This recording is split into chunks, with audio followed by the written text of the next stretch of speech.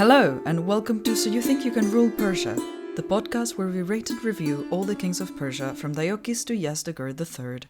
I'm Serial, and my pronouns are they, them. And I'm Umberto, and my pronouns are he, him. Hello everyone, and welcome to episode 36, which is Artabanus I. A name we haven't had so far, but we will have a few of, depending on your definition of a few, but we'll see. And we get to figure out what happens after, well, Phraates died in battle and things are weird. What's going on now? Are we going to be okay? Oh yeah, we ended up at a very weird time last episode. I just remembered. Okay, yeah. Well, because did Phraates have heirs? I think we mentioned that he didn't. Or he worried about it, but then it's like, but it's a monarchy where you get to choose your successor. Yeah, also he's like in his early 20s, so even if he had children, they weren't of an age to rule. So. I didn't realize he died so early. Yeah, because he needed a regent to rule at first, and then he had like 5 years of reign, so... I see, yeah. You know, early 20s, late teens, that's when he was, so... Oh, what a shame. Yeah, he was a promising kid. Yeah, truly. Now I'm like even more sad about it. Yeah. Could have worked out better. Okay, so who is Artabanus, and where does he come from, and why is he here? Okay, so let's start with a brief recap of Phraates, so everybody's up to speed, since it's been a week. He was the son of Mithridates I. He became king, needed a regent at first, spent some time consolidating the empire, dealing with Demetrius, who was just being a nuisance. Yep, just annoying. Yeah, just there. Then we had Demetrius' brother Antiochus VII invade the Parthian Empire, try and retake it, won a few early victories, but in the end Phraates managed to defeat him, kill the Seleucid king, and end any ambitions they had on the east. And at the same time, Demetrius ran away. Because, Demetrius. Yeah. Well, then Phraates was trying to take over Syria and, make himself ruler there, but unfortunately for us, he received news that nomads in the east were acting up, there were raids he needed to deal with, so off he went. And while he was heading off east, he found out that in the west, the kingdom of Karakine had taken over all of Mesopotamia, not just the mouth of the Tigris and the Euphrates, and now they were threatening Parthian hegemony there. So Phraates sent some soldiers off to the west to try and retake Mesopotamia, while he was in the east dealing with the nomads, but unfortunately he was deserted by his Greek soldiers and ended up killed in battle. This was very sad. So, that's what happened. And now, the responsibility falls to Artabanus I. Who is he? Well, first of all, it's complicated. Of course.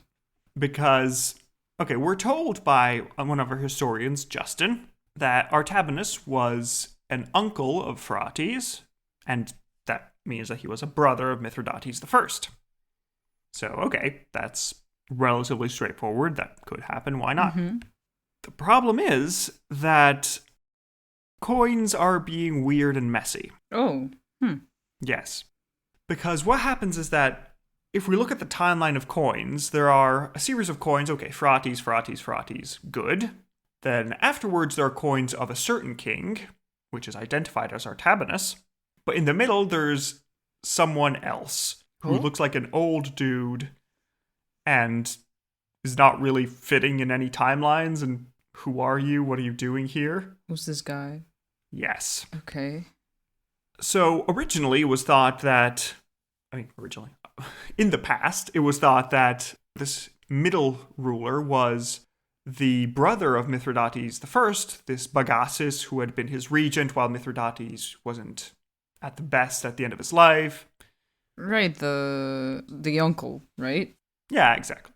So he was doing reasonably well, and, why not have him as a ruler after Phraates dies? But the problem is that we don't have any records of him under Phraates, and he probably died before Mithridates, otherwise he would have been the logical choice as a successor. Yeah. So the fact that he didn't succeed directly after Mithridates kind of hints that he was already dead, and so he can't be this mysterious intermediate king.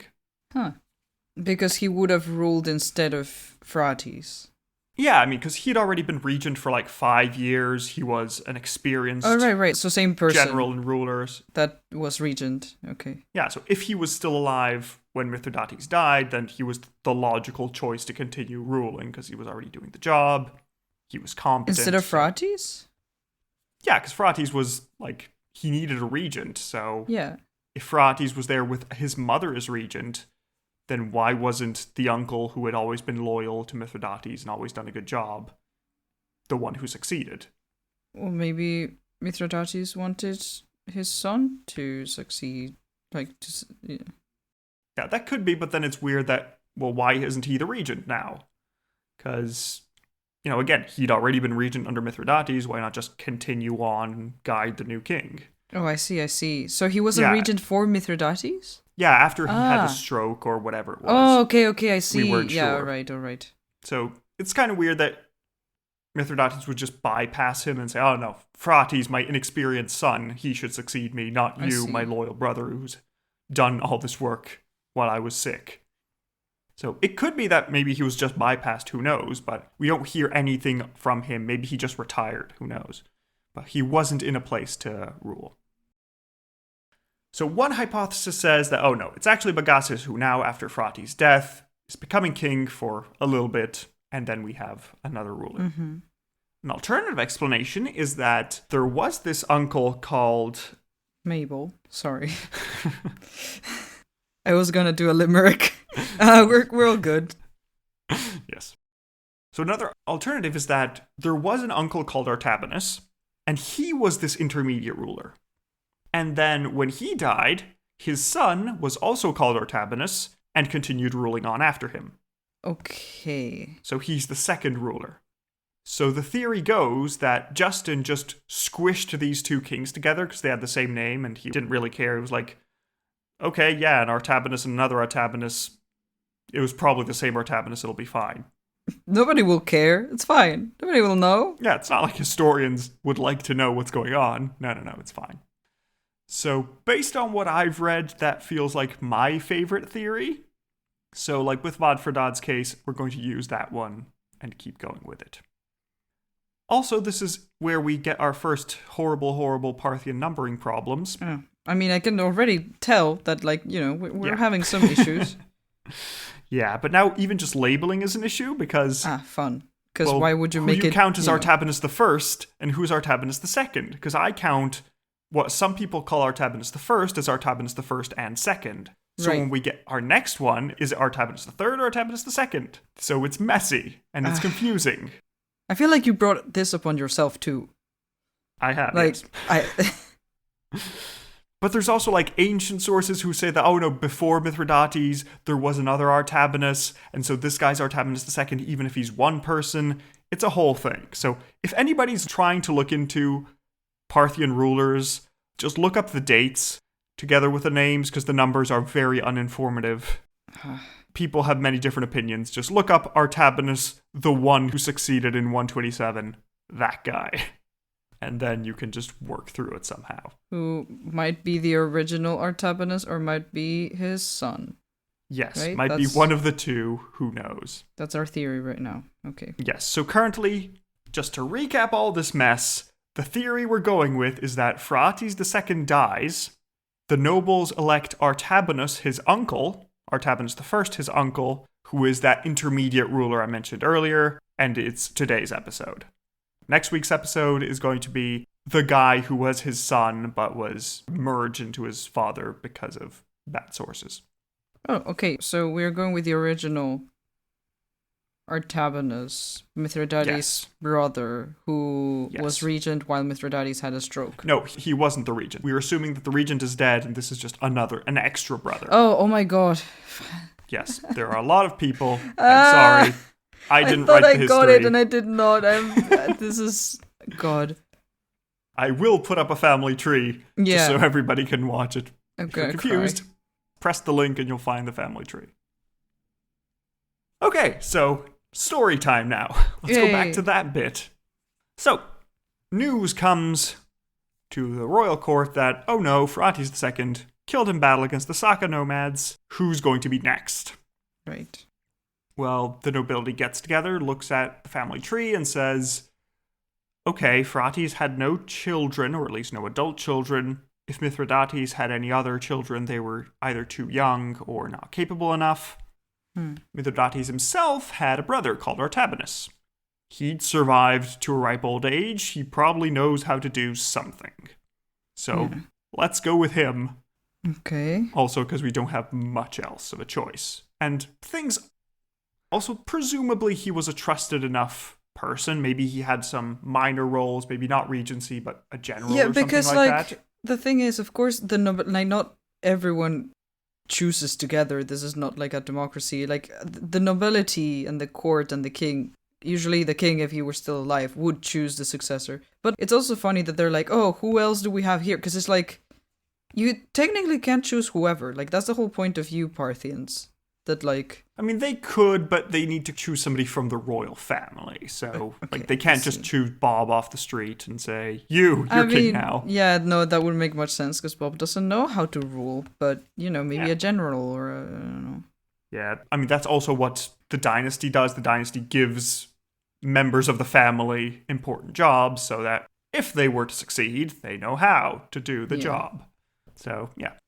So the nobility looks around and thinks Artabanus is skilled enough to deal with this crisis situation that we have. Is he?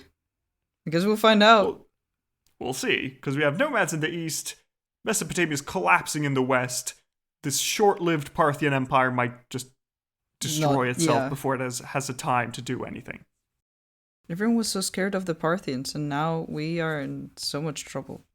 Yes, it's not so easy ruling an empire, is it? You wanted this? Well? Yeah, especially starting up, you need to have like a good long raid where everything is nice and chill, but they haven't had that yet. Mithridates took over Iran relatively late in his reign. We're still not very far. It's been 20 years since Mithridates entered the heart of Iran, and it's been 10 years since they've had Persia. Yeah, that's nothing. So things are still very shaky. Of course. But yeah, so what do you think Artabanus does now? Better face the threat in the west or in the east? Phraates died in the east, fighting the nomads. But where are most of our enemies? Like, where are we most vulnerable if it were to break our frontiers? Well, the idea is that if the nomads break through your frontier, then they will go into the soft underbelly of Iran that's unprotected. And yes, Iran is kind of mountainous, so that usually stops nomads. That's because nobody wants to somewhat go through there. Yeah, also with horses, it's a mess. Yeah. But the problem is that if they do get through, then you have a lot of vassal kingdoms in Iran that could just switch sides and betray you. Right. In the west, if they also break through, they will take your vassal kingdoms as well. But in the west, they have the fact that they have a nice defensible barrier. So they're probably going to want to consolidate their resources as opposed to just invading more. They're going to want to make sure Mesopotamia is theirs and safe. Then I guess the east sounds more like problematic at the moment. Of course, not only because the king was just killed there, like that is a huge thing. I acknowledge that. But, the king also went there with the Greek soldiers because he didn't trust them. Yes, and he was right not to. Yeah. So Artabanus does follow your advice. It sounds more pressing, like the more pressing matter at the moment. Yeah, you don't want to be absolutely decimated. And also there's this massive pressure of nomads on the borders. You want to consolidate those. So Artabanus goes off to the east with some men, and he's carrying large chests full of gold on the way to the nomads. The gold strategy, I see. Yes. The I will pay you, please stop. Yes, he goes to the Saka chieftains and says, hey, we have a lot going on right now. Is it okay if I give you, a lot of money to please go and bother someone else now? Thank you. That would be great. Love that.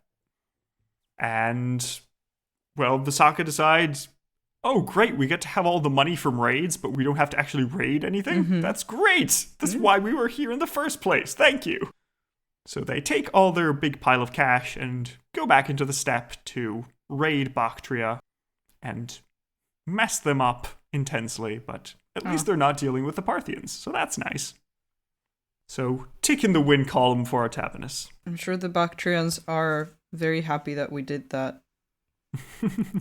Well, next time they'll be absorbed into our empire and not just be semi-vassals. So, okay, great news. Artabanus he hasn't defeated one of our enemies, but he's at least put them on hold for a while so we can deal with everything else being on fire. So he decides to head over to the west and deal with Mesopotamia. Yeah, so he hears from the west that what's happened is that this kingdom of Karakine had invaded Mesopotamia and taken Babylon. And not only that, but Babylon had opened its gates to them because the Parthian governor, a man called Himerus, had been abusing the local population and not really respecting the whole friend of the Greeks thing. Yeah. And so everybody was like, well, this wasn't the deal we made. We're going with this other guy. Okay, but we've been talking about Karakine for a while, but we haven't really seen who they are. Yeah, tell me. So let's elaborate on that a little more. The kingdom of Karakine is very recent. It's basically a satrapy of the Seleucid Empire. Okay. Who, under a man called Hispaosines, decided to just become independent when they saw the Seleucid Empire was sinking. Bye, guys. Yes, because Hispaosines, or Hispi for short, decided that, well, he was made satrap under Antiochus IV when everything was looking good-ish. But now that the empire's losing authority, Demetrius was captured, might as well try it out on his own, especially since Iran was just fragmenting. Right. Well, he's realized that whoever manages to win this power struggle becomes the new power in the area and becomes the new ruler. So might as well go for it. Why remain loyal to a king that's distant and only cares about Syria when you could actually become that important person?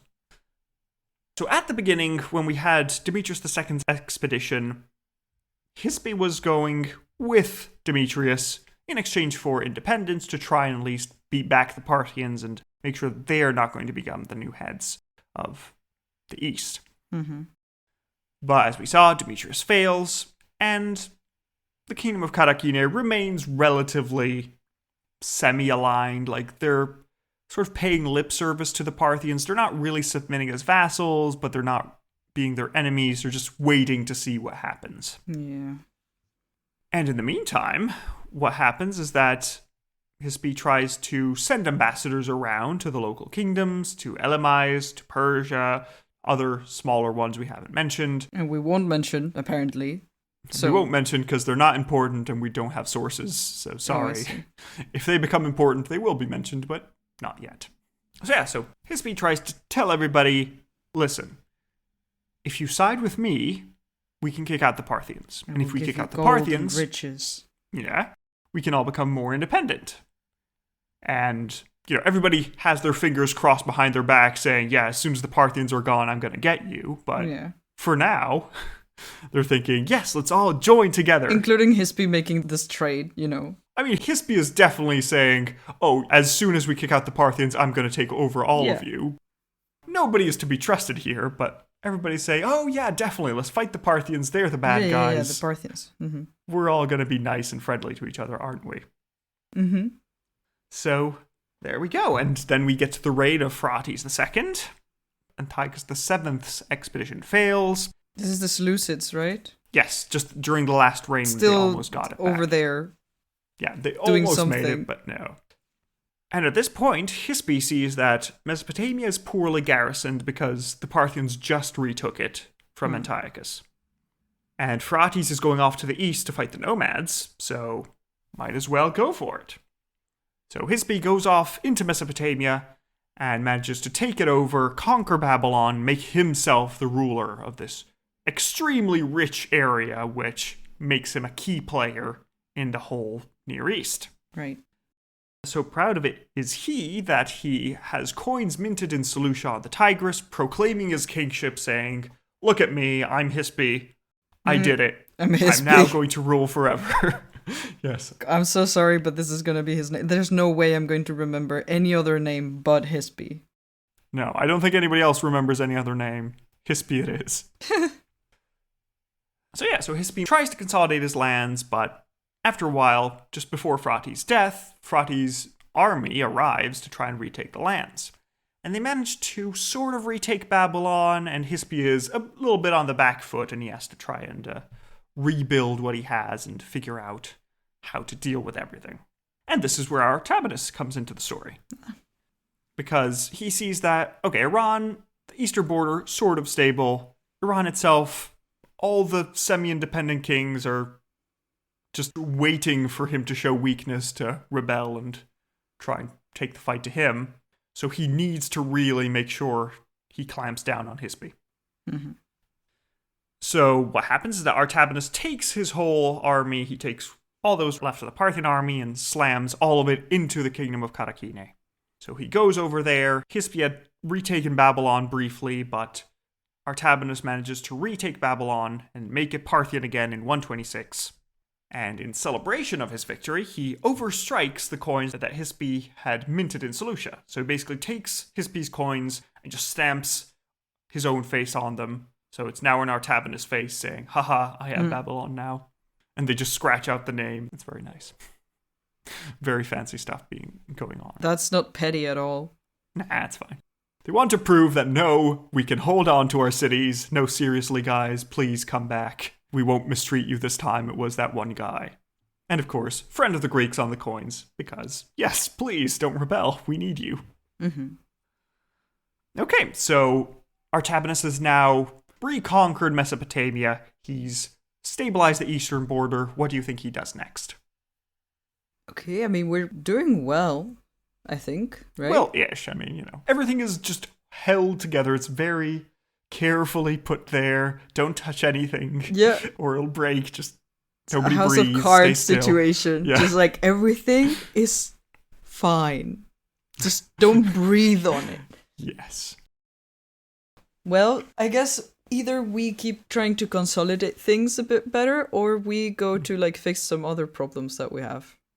Well, Artabanus takes the third option, which, in this situation, probably a good option. He decides to die of old age. Oh my god! I mean, sure, that's one way to get out of it. Because he was a brother of Mithridates the First, who had died of old age himself, so he's probably a pretty old man by this point. We don't know exactly, but 70s or 80s is a reasonable estimate, so the poor man managed to just put everything in order and said, okay, that's it. I'm not going to touch anything else. It's not my responsibility. My son Artabanus, you take over now. We'll be fused together in later histories. Have fun. All right, well.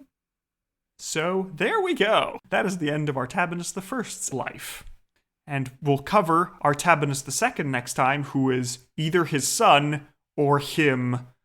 And actually, he wasn't that old, and he just got a makeover I see. that made the coins look weird. So, there we go. Thoughts, Serial? I'm still confused as to who this is supposed to be. Everyone is, Serial. Yeah, I know. Even professional historians are. Well, so it's probably makes me feel fine a bit if we're less confused bad. too. Yes. I think this was okay. Like, do we just not have many sources, or like? Yeah, we don't really. I mean, This was two also very things. short. So Yeah, it's not a very long period, and we don't have many sources. We're going to get into the so-called Parthian Dark Age in a while, where we have even less sources. Oh, but fun! hey, Great, yeah, excellent. If you 'Cause thought this was too clear, have I fun thought soon. we were in the Dark Age already, so I'm, kind of No. not. No, Serial, you're too optimistic. I'm crying. I wanted to see a good and prospering empire and be like, oh my god, these people did amazing things, and instead we're just like going from hand to hand. And which, I know this is not that kind of podcast. We are rating the rulers and not rating the empire. Mm-hmm. But a part of me is like, I just want to know about the culture and what the people were doing, because I'm sure it was a very interesting part of human history. But Yes. I mean, if the timing works out, our anniversary episode is going to make you happy. So okay, let's see how that goes. That's relatively soon, so I'm excited. Yeah. But yeah, for now, we're stuck with, ooh, this coin looks a bit weird. Probably a different guy, I guess. Oh, God. Okay. Well, this was a bit sad. Mostly because we tried to fix some things. We fixed some things, but it feels like it's not fixed enough so that it will last. So... Yeah, we need a strong second Mithridates to just finishing... reform yeah, everything, like, make sure it works, finish the job. Pour glue all over it so it actually stays. Yeah, because Mithridates I just died too soon. If he had lived longer, he would have been able to make a nice job, fix stuff, but alas. It happens. But, alright, so are you ready to rate Artabanus I serial? I guess so. Let's do it. Nice. Okay, so our first category is final moments. How interesting was his death? Dying of old age when everything was just stable enough. Comedic timing, I guess. I like that. I like that it's just, what are we going to do now? Whenever we touch my brake, let's just die. Good. Done. Yeah. Honestly, I want to give it 1 point for comedic timing because I found it funny. But apart from that, props on him for dying of old age. Yeah. Not many rulers do. But he also started, really late, so... Yeah, I mean, he started, a few years before his death. That's not great. Well, not like he knew, but Yeah, sure. I think I'm going to go for 2. 1 for the old age, 1 for the comedic timing. You can do it. Yeah. You're sticking with 1? No, I'll go for 2. That makes 2 sense to me, yeah. Okay, fair enough. So with a 2 and a 2, that gives us a 2 out of 10 for final moments.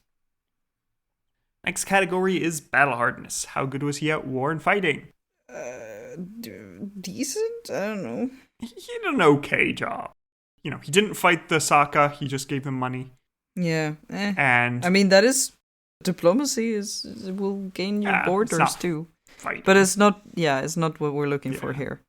And then he managed to defeat Hispi and kick him out of Babylon. Yeah. Hispi still has his own kingdom. He isn't conquered. He'll still be around for a while, but... Hispi. Yeah. Artabanus, he managed to defeat him, retake Mesopotamia. That was nice. My brain Not keeps terribly going, impressed. Artagan. Yes. Slightly different dude. Only slightly.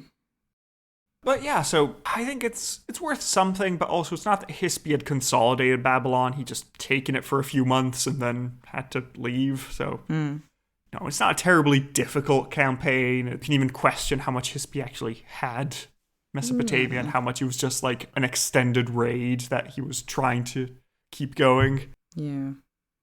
But he did do it, so I'm floating around a couple points.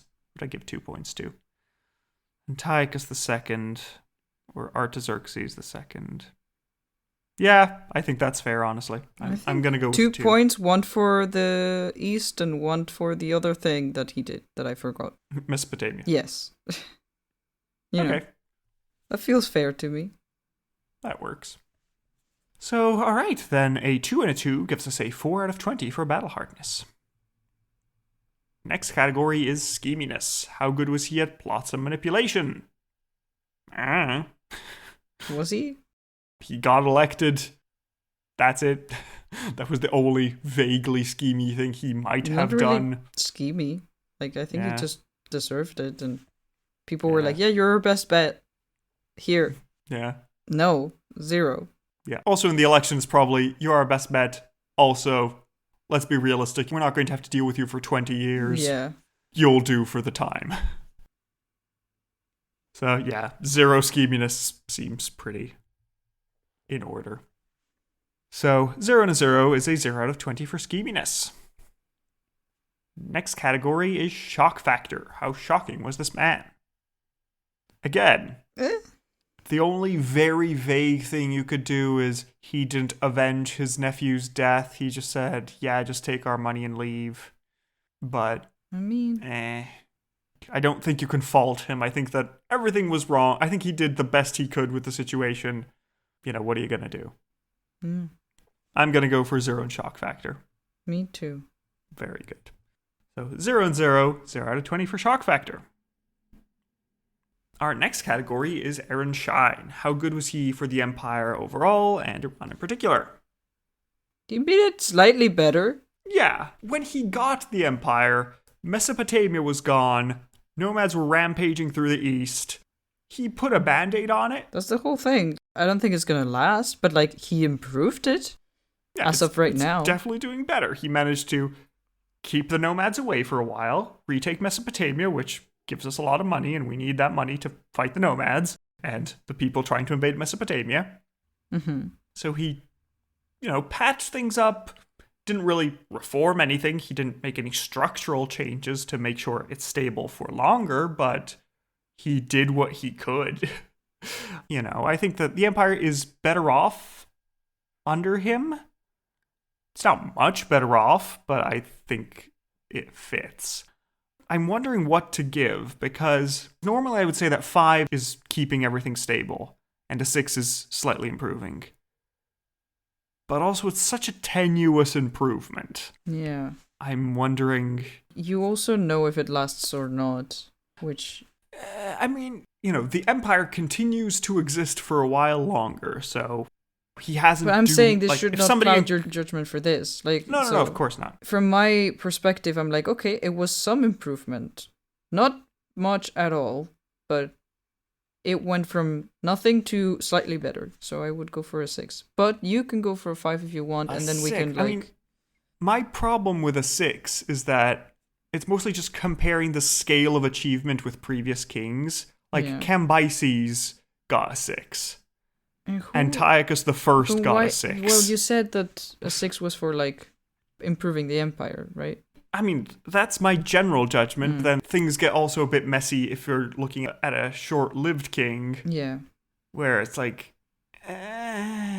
Bardia kept everything stable, but it's not like we gave him a 5. I'm going to go with a 4 because I feel like it's improving, but it's sort of losing because of the length of his reign. I will go for a 5 then. A 6 seemed a bit too much for me. I was following your standard, but obviously. Mm-hmm. Yeah. Yeah, he gets a 4 and a 5, like Diakes, actually, which gives him a 9 out of 20 for Aaron Shine. Our next category is Face of Faces. What do you think this man looked like? I will need a second. Yes, you do. Okay, so Serial has finished their drawing. It is done now. Let me pick it up so I'll tell you all about it. Enjoy. Nice. So what we have in this wonderful drawing is a very old man. He has long beard, long hair, presumably white with age. Mm-hmm. The beard joins up with his eyebrows. He is a very hirsute fellow. Listen, I just thought it would be funny character design. Just let me be. It is a good character design. Almost looks like glasses, which is fun. And yeah, so he has a diadem and he's sitting at a table and he's surrounded by fire, and in his hand he has a glass where he's poured some water on a table, but all around him it's on fire, and he is saying, "This is fine. I'm okay with the things that are currently happening." So, yeah, thank you, Sarah. Once again, pulling from the wonderful archive of the internet shared consciousness. Yes. And this is very much what he's trying to do. He's basically doing his best. He is solving the tiny little problems he can so far, but everything is still on fire, so, well, good luck to his son / him in the future. Right. One person, 2 people? We don't know. Who knows? Yeah, so listeners, to find this beautiful portrait, please go on our website in Serial's Portrait Gallery, or you can just press the link in the description of the episode and get to all the Artabanus stuff, including the family tree I mentioned. Okay, so now Serial, I will show you what he maybe actually looked like, or what the ruler looked like, and you can tell me what you think. So here he is. Actually, not that far off, I guess. Less eyebrows, but yes. Yeah, sure. I went for... Just let me be. But this is a fellow with a long beard, kind of like wavy beard, Not like super curly, but just like wavy and pointy. Strong wizard vibes. Yeah, very much. And the usual haircut of like straight wavy hair that is cut in like a diagonal from your forehead to like the end of your neck. It has some layers, which I appreciate that we're able to see.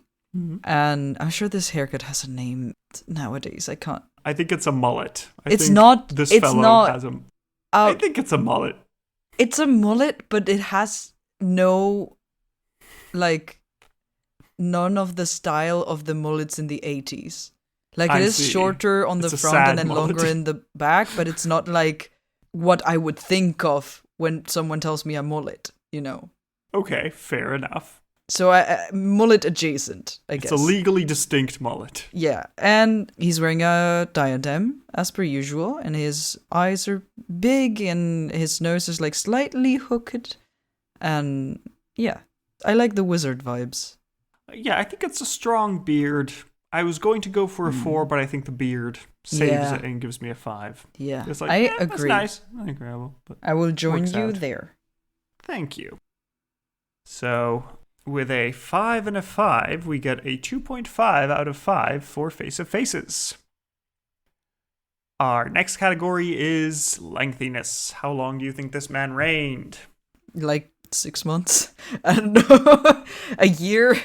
That's possible. I mean, all we have is like roughly a year, because again, the end of his reign is based on coins. So what I'm going with is from 127 to 126. I'm going rounding up to a year, or just rounding to a year, whether it's up or down, who knows. Which gives us a 0.1 out of 5 for lengthiness.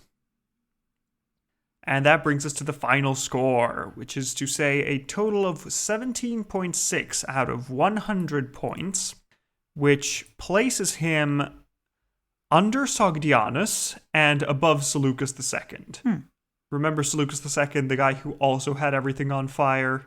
I think they belong close together. Although, to be fair, Seleucus did have a lot more time to deal with it, and Artabanus had like a year to try and do everything as a very old man. So I think it's impressive enough. Which leads us to the final question, which is to say, is he running around enough? Is he pouring water on small problems enough? Is he an old enough man to be called a Shahanshah, or is he just a Shahanah? No. Yeah, I mean, we don't know if he's him. I think a nah is pretty standard. I don't think anybody will be surprised or disappointed if we say that. Sorry, Artabanus, you're a Shahanah. You can go off in the desert and tell Phraates II that you kind of stopped the nomads, you did your best, and now you've just checked out and you're here to enjoy whatever everyone in the desert's doing right now. Okay, so there we go. That is the end of today's episode. We hope you'll join us next time for Artabanus II, where we get to see the rest of the story. Does this carefully built house of cards collapse immediately, or are we going to have something nice to look forward to? Who knows? It's going to be a ride until we finally become stable one day in the future, maybe. Who knows? Also, if you've enjoyed the episode so far and you'd like us to know that you've enjoyed it, then please write us a review on whatever your podcast app of choice is. It helps other people find the podcast, and we appreciate it. So, yeah, without further ado, I guess, we can wish you a good week and see you next time. Take care, everybody. Goodbye. Goodbye.